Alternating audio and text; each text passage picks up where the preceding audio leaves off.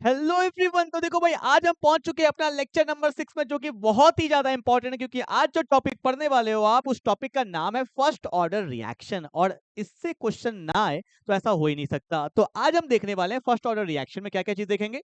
सबसे पहले देखेंगे इंटीग्रेटेड रेट इक्वेशन, जो कि very very very very very very important है। उसके बाद आप देखोगे इसका यूनिट क्या होता है। उसके बाद आप देखोगे इसका हाफ लाइफ पीरियड, जैसा जीरो ऑर्डर में था सब कुछ वही देखने वाले हैं। उसके बाद आप इसका ग्राफ देखोगे and finally we have the example and numericals. ठीक है, तो स्टार्ट करते हैं, टाइम वेस्ट नहीं करते हैं। तो आओ मैं आपको बताने वाला हूं इंटीग्रेटेड रेट इक्वेशन। क्लियर है? तो देखो भाई क्या होने वाला है। जब हम कोई इक्वेशन लिखते हैं तो आपको पहले एक रिएक्शन लेना पड़ेगा। तो मैंने क्या किया, एक रिएक्शन लिया जिसका नाम है क्या, रिएक्टेंट से बनता है प्रोडक्ट। ठीक है, और होगा क्या, जब आपको पता है जब रिएक्टेंट लिया जाता है तो टाइम t इक्वल टू 0 पे कंसंट्रेशन क्या रहता है, सी नॉट। और what is c naught, C naught आप लेके चलते हो इनिशियल कंसंट्रेशन। सी नॉट क्या है मेरा, इनिशियल कंसंट्रेशन। ठीक है, अब कुछ समय बीतेगा तो रिएक्टेंट किसके तरफ मूव करेगा, प्रोडक्ट के तरफ। तो मैंने बोला कि टी समय बीत गया, अब जो आर का कंसंट्रेशन है वो क्या है, सीटी। एंड व्हाट इज सीटी, तो आप सीटी को बोलोगे ये मेरा है कंसंट्रेशन एट टाइम टी। क्या है कंसंट्रेशन एट टाइम, कि टी समय में कितना कंसंट्रेशन बचा हुआ है। क्लियर है, हमने रिएक्शन को अच्छे से दिखा दिया। क्या करेंगे भाई, अब आपको पता है कि रेट जो लिखते हैं तो रेट तो हम लोग रिएक्टेंट के टर्म में लिखेंगे। और रिएक्टेंट के टर्म में जब भी लिखते हैं तो साइन क्या आता है, माइनस। और रेट का फॉर्मूला क्या होता है, change in concentration by change in time. फिर से बोलो, क्या बोला, change in concentration by change in time. और हमें यहाँ पे इंटीग्रेशन करना है तो हम लोग डिफरेंशियल फॉर्म में लेंगे। तो होगा change in concentration of reactant by change in time. ठीक है, D R by D T.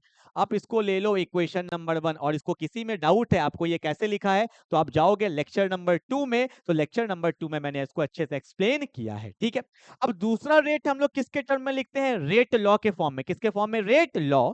तो रेट लॉ के फॉर्म में कैसे लिखते थे कि रेट जो होता था वो रेट कांस्टेंट आता था यहाँ पे, और यहाँ पे लेते थे कंसंट्रेशन ऑफ आर, और पावर क्या आएगा, 1। क्यों, क्योंकि जीरो ऑर्डर नहीं पढ़ रहे हैं, फर्स्ट ऑर्डर पढ़ रहे हैं। तो फर्स्ट ऑर्डर में पावर 1 आता है, और वहां जो हमने पढ़ा था वो था जीरो ऑर्डर, तो वहां पे पावर क्या आया था, 0। तो इसको हम लोग बोल देंगे इक्वेशन नंबर 2। और इसको किसी में डाउट है तो आप जाओगे लेक्चर नंबर 3 में। तो लेक्चर नंबर 3 में मैंने इसको अच्छे से एक्सप्लेन किया है। ठीक है, अब ये भी रेट है, ये भी रेट है। तो from 1 and 2 what we will get, from 1 and 2 we will get, ये भी रेट का फॉर्मूला, ये भी रेट। तो मैं बोलूंगा कि minus d R by D T जो होगा वो किसके बराबर होगा, के और आर की पावर 1। ठीक है, और मैं आपको बार बार ये बात बोल रहा हूं कि के और dt हमेशा साथ में रखना, चाहे जीरो ऑर्डर हो चाहे फर्स्ट ऑर्डर हो। रट लो के डी टी, तो के को दे दिया dt, और दोनों भाई को साथ साथ रखो। तो यहाँ पे होगा minus d are by r, और यहाँ पे मेरे पास क्या आ गया, k d t. I hope you will get the point. Clear है? पहले आप जल्दी से यहां तक उतारो, उसके बाद मैं आगे बढ़ाऊंगा। ठीक है, जल्दी से यहां तक उतार लो अच्छे से। क्लियर है? के डी टी हमेशा याद रखना है। के क्या होता है, रेट कांस्टेंट। के क्या होता है, रेट कांस्टेंट। लिख देता हूं यहाँ पे, रिवाइज हो जाएगा। व्हाट इज के, रेट का कांस्टेंट है, रेट लॉ में हम लोग पढ़ते थे। ठीक है, उतार लिया, वीडियो को पॉज करके फटाफट से यहां तक उतार लो। मैं आगे बढ़ रहा हूं, अब रुकूंगा नहीं, पूरा डेरिवेशन एक साथ करेंगे। तो देखो भाई, इसको मैं कर देता हूं थोड़ा सा ऊपर, और यहां से मैं आपको डेरिवेशन स्टार्ट करूंगा। ठीक है, देखो के तो कांस्टेंट है, तो माइनस को हमेशा रखो कांस्टेंट की तरफ। क्यों, क्योंकि कांस्टेंट का कभी भी इंटीग्रेशन नहीं होता है, तो आपको दिक्कत नहीं आएगा इंटीग्रेशन करते समय। तो मैं बोलूंगा कि डी आर बाय आर जो होगा वो किसके बराबर आ गया, माइनस के डी टी। क्लियर है? अब स्टार्ट हो जाओ भाई, यहां से रुकना नहीं है। तो मैं बोलूंगा अब क्या, कि ऑन इंटीग्रेटिंग बोथ साइड। क्या बोला मैंने, ऑन इंटीग्रेटिंग बोथ साइड। ठीक है भाई, तो इंटीग्रेटिंग करते, कलर को चेंज करते, यहां से एक नया स्टार्ट कर। देखो अब होगा क्या, तो मैंने यहाँ पे लगाया इंटीग्रेशन, कहां से कहां तक, इंटीग्रेशन होगा कहां से कहां तक, अभी बता रहा हूं। देखो पहले इंटीग्रेशन कर दिया डी आर बाय आर का, माइनस के बाहर है क्योंकि कांस्टेंट का कभी भी इंटीग्रेशन नहीं होता है। और यहाँ पे क्या आएगा, इंटीग्रेशन ऑफ dt। पर आप बोलोगे सर इंटीग्रेशन करेंगे तो कहां से कहां तक करेंगे? तो याद करो जब मैंने रिएक्शन लिया था तो कंसंट्रेशन पहले क्या था सी नॉट, बाद में क्या हो गया था सीटी, तो कंसंट्रेशन पहले था सी नॉट, बाद में क्या हो गया सीटी। पहले टाइम क्या था 0, बाद में टाइम क्या था टी, तो का जो इंटीग्रेशन होगा वो कहां से कहां तक होगा 0 से टी तक। ठीक है, अब देखो यहाँ पे integration of D are by R तो पता होना चाहिए, नहीं पता है तो कुछ नहीं हो सकता भाई। Integration of D are by R जो होता है वो होता है एल एन आर। क्या होता है? एल एन, लॉग नहीं बोल रहा हूं, एल एन आर बोल रहा हूं। ठीक है, और इंटीग्रेशन ऑफ डी टी ये तो हमें पता ही है क्या होता है, टी होता है। तो ये बात आपको पता होना चाहिए और पता नहीं होना चाहिए, साथ में लिखना भी पड़ेगा आपको। ठीक है, तो मैंने बोला integration of D are by R क्या होता है, एल एन आर होता है। और कहां से कहां तक होगा, सी नॉट से सी टी तक होगा, माइनस के बाहर है। इंटीग्रेशन ऑफ dt क्या होता है, t कहां से कहां तक, 0 से t तक होता है कि नहीं होता है? अब बोलो भाई क्या होगा। अब आपको पता है, एक बार r के जगह पे ct रखते हैं, एक बार r के जगह पे c नॉट, तो होगा क्या, ln ct, माइनस लगाते हैं, रूल्स में है minus ln c not. Similarly minus के यहाँ पे होगा, t के जगह पे t, माइनस क्या लग जाएगा 0। तो देखो भाई क्या होगा, ln ct minus ln c naught is equal to क्या हो जाएगा, माइनस के टी। इतना बात क्लियर है, कोई दिक्कत तो नहीं होगा। अब मैं क्या करूंगा, इसको थोड़ा स्लाइड करूं क्या इधर, यहां तक आपने उतार लिया, आगे बढ़े, नहीं उतारा तो फटाफट यहां तक उतारो जल्दी से, वीडियो को पॉज करके उतारो नहीं तो। ठीक है, मैं आगे बढ़ रहा हूं, देखो भाई इसको थोड़ा उधर कर रहा हूं, तो मैंने इसको थोड़ा इधर किया।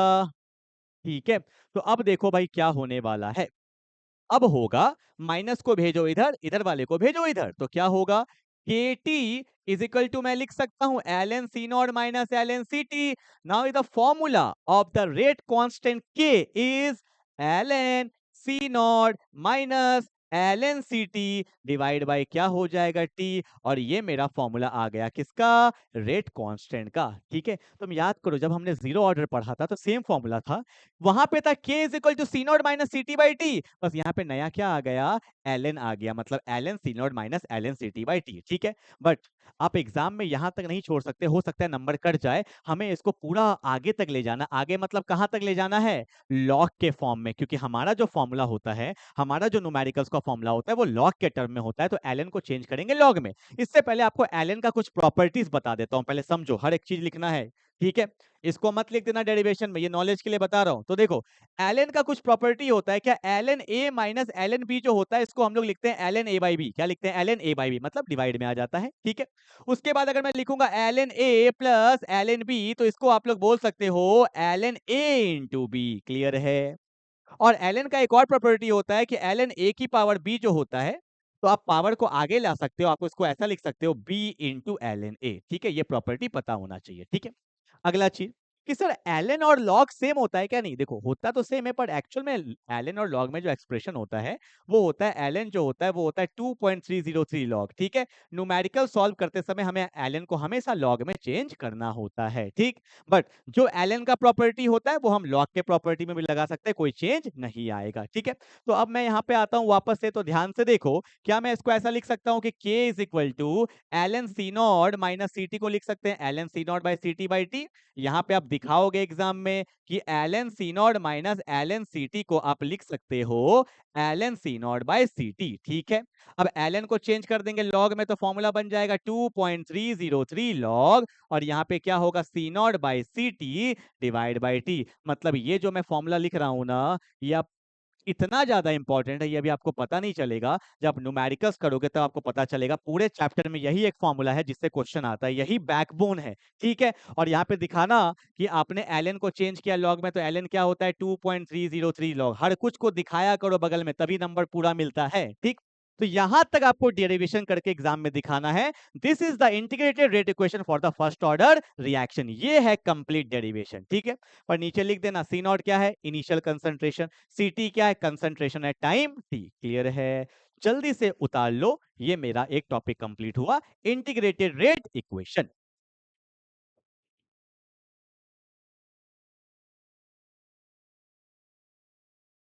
हो गया भाई, उतारते चलो जल्दी से।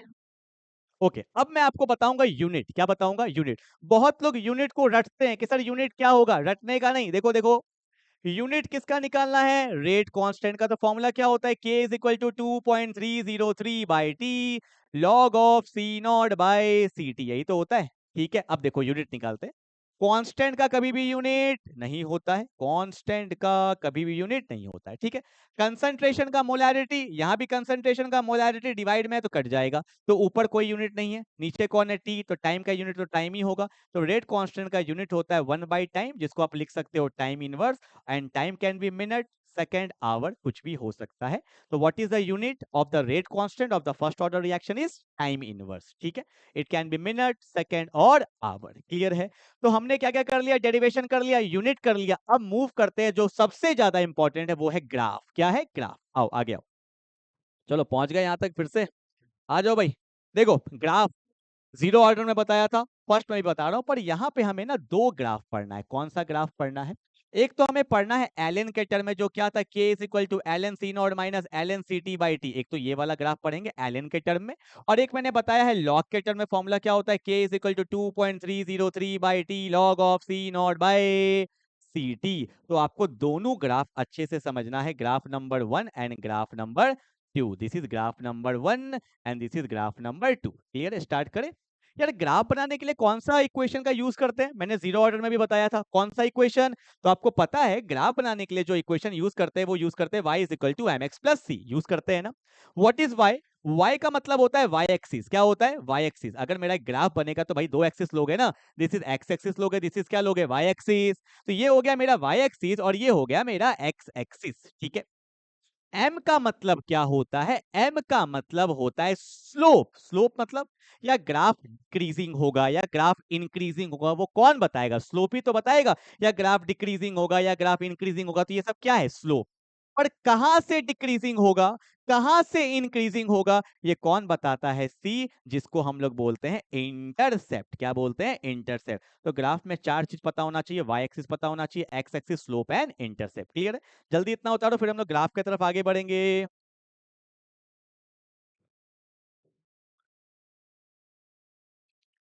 उतारते चलो भाई।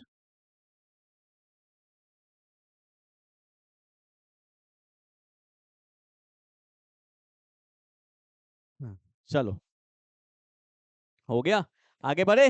तो आते हैं भाई ग्राफ नंबर 1 में। तो ग्राफ नंबर 1 जो मेरा है वो क्या है? ग्राफ नंबर 1 जो है वो क्या है? k is equal to C not minus C, ओ क्या लिख रहा हूं मैं? k is equal to L N C not minus L N C T by क्या होगा? टी। तो एक काम करो, टी को भेजो ऊपर, तो क्या मैं लिख सकता हूं? K T is equal to L N C not minus L N C T. पर मुझे इसको किसके फ्रेम में प्लॉट करना है? तो y is equal to M X plus C में प्लॉट करना है ना। तो अब ध्यान से देखो, इसके पास दो वर्ड है, एक के और एक टी, तो यही मेरा क्या बनेगा? M X. यहाँ तो एल एन सी नॉट एक वर्ड है, एल एन सी टी एक वर्ड है, तो मैंने के टी को क्या कर दिया? उधर भेज दिया। तो देखो क्या मैं ऐसा लिख सकता हूँ, माइनस वाले को लाओ इधर, तो मैंने लिखा L N C T is equal to L N C not minus K T. इस इक्वेशन को ध्यान से देखो, इसमें मुझे सब कुछ मिल जाएगा। क्या क्या मिल जाएगा? ध्यान से देखो, इसको मैंने बोला वाई एक्सिस, के टी दो वर्ड है, तो ये हो गया एम और ये क्या हो गया? एक्स, और ये मेरा क्या बन जाएगा? सी बन गया। y is equal to M X plus C. पर आप बोलोगे सर ये तो ठीक है, आपने के टी को इधर लिया, सी टी को ही क्यों लिया? Why not C naught? अरे यार ये पहले से प्लस है, ले जाओगे तो माइनस हो जाएगा। अगर आप इसको ले जाओगे तो माइनस से ये क्या बन जाएगा? प्लस बन जाएगा। तो देखने में सही लग रहा है, एनसीईआरटी में भी यही क्वेश्चन लिया गया है। ठीक है, अब मैं बनाऊंगा ग्राफ, तो ध्यान से देखो, वाई एक्सिस में कौन है? एल एन सी टी है। याद करो जीरो ऑर्डर रिएक्शन में सेम ग्राफ था, पर वहां पे क्या था? सी टी। एक्स एक्सिस में कौन है? टाइम है। इंटरसेप्ट क्या है? पॉजिटिव। मतलब पॉजिटिव में आप कहीं भी ले सकते हो, मान लो मैं यहां ले लेता हूं एल एन सी नॉट। ठीक है, यही ना लेंगे भाई, क्योंकि कंसंट्रेशन कंसंट्रेशन वाई एक्सिस में, तो वाई एक्सिस में कहीं भी ले सकते हो। स्लोप क्या है? नेगेटिव। मतलब स्लोप क्या जाएगा? डाउनवर्ड। तो स्लोप जा रहा है डाउनवर्ड। पूछा जाएगा फर्स्ट ऑर्डर रिएक्शन का स्लोप क्या है, तो आप बोलोगे माइनस के। पर ये किसके टर्म में है? एलएन के टर्म में। किसके टर्म में? एलएन के टर्म में। सेम ग्राफ मैंने बनाया था जीरो ऑर्डर रिएक्शन में, डिट्टो सेम, वहां भी स्लोप क्या आया था? माइनस के। क्लियर है? जल्दी से उतार लो फटाफट से इस ग्राफ को। ठीक है, स्लोप नेगेटिव है ना, आगे माइनस है, तो क्या होगा? डिक्रीजिंग होगा ग्राफ। इसको आप टच ना करें, हल्का सा ऊपर ही रखेंगे। ठीक है, और ग्राफ हमेशा किसके बीच में बनता है? कंसंट्रेशन और टाइम के बीच में ही बनता है, चाहे जीरो ऑर्डर ले लो चाहे फर्स्ट ऑर्डर ले लो। ठीक है, जल्दी उतारो। चलो हो गया। आते हैं ग्राफ नंबर 2 में। भाई ग्राफ नंबर 2 क्या है? ग्राफ नंबर 2 हम लोग देखे थे कि k is equal to 2.303 log of C naught by C T by T, यही तो था फॉर्मूला।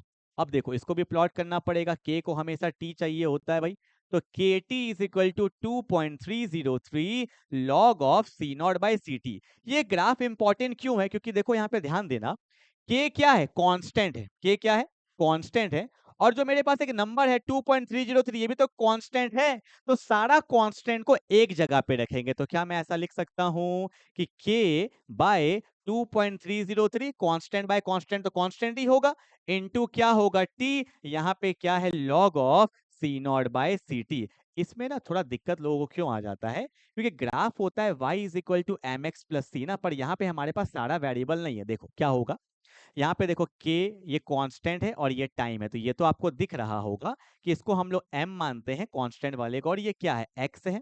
अब यहाँ पे क्या है log of C not by C T, ये तो एक ही टर्म है, तो ये क्या हो जाएगा y एक्सिस हो जाएगा, क्योंकि अगर ये y है यहाँ पे mx है, तो c कुछ नहीं है तो क्या है, जीरो है, सी कुछ नहीं है तो क्या है, जीरो है, तो हम लोग इंटरसेप्ट को यहाँ पे क्या मान लेते हैं, जीरो, मतलब ग्राफ मेरा कहाँ से स्टार्ट होगा, जीरो से, कहाँ से, जीरो से। वाई एक्सिस में कौन है, log of C not by C T, X axis में हमेशा क्या रहेगा मेरा, टाइम रहेगा, क्या रहेगा, हमेशा टाइम रहेगा। स्लोप क्या है, कुछ नहीं है तो पॉजिटिव है, मतलब यहां से पॉजिटिव की तरफ स्लोप मूव कर जाएगा। पूछा जाएगा फर्स्ट ऑर्डर रिएक्शन का स्लोप बताइए इन टर्म्स ऑफ लॉग, तो आप बोलोगे k बाई 2.303, ये पूरा कांस्टेंट ही मेरा क्या है, स्लोप है। इंटरसेप्ट कुछ नहीं था तो जीरो था, तो जीरो से स्लोप कहाँ गया, इंक्रीजिंग के तरफ, पॉजिटिव के तरफ, और स्लोप का वैल्यू क्या है, k बाई 2.303। ठीक है, तो इसलिए मैंने बोला था कि ये वाला इंपॉर्टेंट है, कांस्टेंट को एक जगह पे रखते हैं और इसका इंटरसेप्ट क्या होता है, जीरो, क्या होता है, जीरो। क्लियर है, जल्दी से उतार लो ग्राफ को। चलो भाई, ऑलमोस्ट पार्ट खत्म हो चुका है इस चैप्टर का। इंटीग्रेटेड रेट इक्वेशन कर लिया हमने, यूनिट कर लिया हमने, ग्राफ कर लिया अभी। अब आता है एक मोस्ट इंपॉर्टेंट टॉपिक जो मैंने जीरो ऑर्डर में भी पढ़ाया था, वो यहाँ पे पढ़ाने वाले हैं, that is a half life period. ठीक है, बार बार एक ही चीज बोलूंगा कि हाफ लाइफ पीरियड जब भी बोला जाए तो सीटी जो कंसंट्रेशन है टाइम टी है, उसका वैल्यू हमेशा किसके बराबर आता है, सी नॉट बाई टू, बस इतना याद रखो, और कुछ स्ट्रेस लेने का जरूरत नहीं है। पर हाफ लाइफ पीरियड होता क्या है, जब रिएक्शन आधा कंप्लीट हो जाता है उस समय को क्या बोला जाता है, हाफ लाइफ पीरियड, नाम में लिखा है हाफ। रिएक्शन का जब आधा समय कंप्लीट हो जाएगा तो उसको क्या बोला जाएगा, हाफ लाइफ पीरियड। उस समय सीटी का वैल्यू हमेशा किसके बराबर होगा, सी नॉट बाई टू, बस इतना ही दिमाग में रखना है। ठीक है, अगर आपको ज्यादा समझना है तो जीरो ऑर्डर रिएक्शन में मैंने हल्का सा एक्सप्लेन किया है, तो आप वहां पे देख सकते हो, पर नीड नहीं है। अब देखो फॉर्मूला क्या होगा हाफ लाइफ पीरियड का, तो आपको पता है k इज इक्वल टू क्या होता है, 2.303 by T log of C not by C T. ये तो फुल टाइम का बात कर रहा है, पर मुझे बात करना है कि जब जब टाइम मेरा क्या हो जाए, टी हाफ, टी हाफ का मतलब टी बाई टू नहीं है, मतलब आधा समय। ठीक है, और इस समय आपको पता होना चाहिए कि सी टी का जो वैल्यू होता है वो किसके बराबर होता है, सी नॉट बाई टू के। तो पुट कर दो यहाँ पे, टी को ऊपर भेज दूं क्या, क्योंकि टी के जगह पे मुझे लिखना है टी हाफ। ठीक है, ये ऊपर गया, तो यहाँ पे कौन होगा 2.303, तो नीचे कौन आ जाएगा, के आ जाएगा। यहाँ पे कौन है लॉग सी नॉट, तो सी नॉट रहेगा, पर टी हाफ पे सी टी का वैल्यू क्या होता है, सी नॉट बाई टू के बराबर होता है, तो सी नॉट से सी नॉट चला गया, तो यहाँ से मेरे को फॉर्मूला क्या मिल गया कि टी हाफ जो होगा वो होगा 2.303 बाई के, और यहाँ पे होगा log 2, और log 2 का वैल्यू तो आपको पता नहीं होगा, है ना। तो अगर मैं आपको बताऊं लॉग का वैल्यू, वैसे याद भी नहीं रखना है, क्वेश्चन में दिया रहता है, ये जो log 2 का वैल्यू होता है ना, log 2 का जो वैल्यू होता है ना, वो क्या होता है, ध्यान से देखो, log 2 का वैल्यू होता है 0.30। ठीक है, जब आप इसको इससे मल्टीप्लाई कर दोगे तो टी हाफ का जो फॉर्मूला आता है, जो एकदम रट लो, वो आता है 0.693 बाई के। ठीक है, 0.30 को मल्टीप्लाई करोगे 2.303 से वैल्यू आएगा 0.693, और नीचे क्या है के, तो half life period for the first order reaction का फॉर्मूला है 0.693 बाई के, ऊपर भी कांस्टेंट नीचे भी कांस्टेंट, मतलब ये कंसंट्रेशन पर डिपेंड नहीं करता। यही बात मैंने बोला था जीरो ऑर्डर में, जीरो ऑर्डर का हाफ लाइफ पीरियड कंसंट्रेशन पर डिपेंड करता है, पर फर्स्ट ऑर्डर का कंसंट्रेशन पर डिपेंड नहीं करता, ऊपर भी कांस्टेंट नीचे भी कांस्टेंट। क्लियर है, तो आपको दो फॉर्मूला यहाँ पे अच्छे से याद होना चाहिए, के का formula 2.303 by T log of C naught by C T, और यहाँ पे हाफ लाइफ पीरियड का फॉर्मूला। क्लियर है क्या, तो अब हम लोग क्या करने वाले हैं, इसका एग्जाम्पल, लास्ट पार्ट। एग्जाम्पल आपको पता है थियोरेटिकली होता है, तो कुछ दिमाग में रख लो, जैसे कि कुछ रेडियो एक्टिव डीके जितने भी होते हैं, रेडियो एक्टिव डीके में क्वेश्चन कराऊंगा अगला लेक्चर में, रेडियो एक्टिव डीके का, तो वहां पे बताया नहीं गया, तो आपको पता चलना चाहिए कि रेडियो एक्टिव डीके कौन सा रिएक्शन होता है, फर्स्ट ऑर्डर। फिर मैं आपको बताता हूँ डिकम्पोजिशन ऑफ N2O5, क्या बोला, डिकम्पोजिशन ऑफ N2O5, ये भी कौन सा रिएक्शन है आपका, फर्स्ट ऑर्डर रिएक्शन। तो बस दो एग्जांपल अपने को पता होना चाहिए, ठीक है।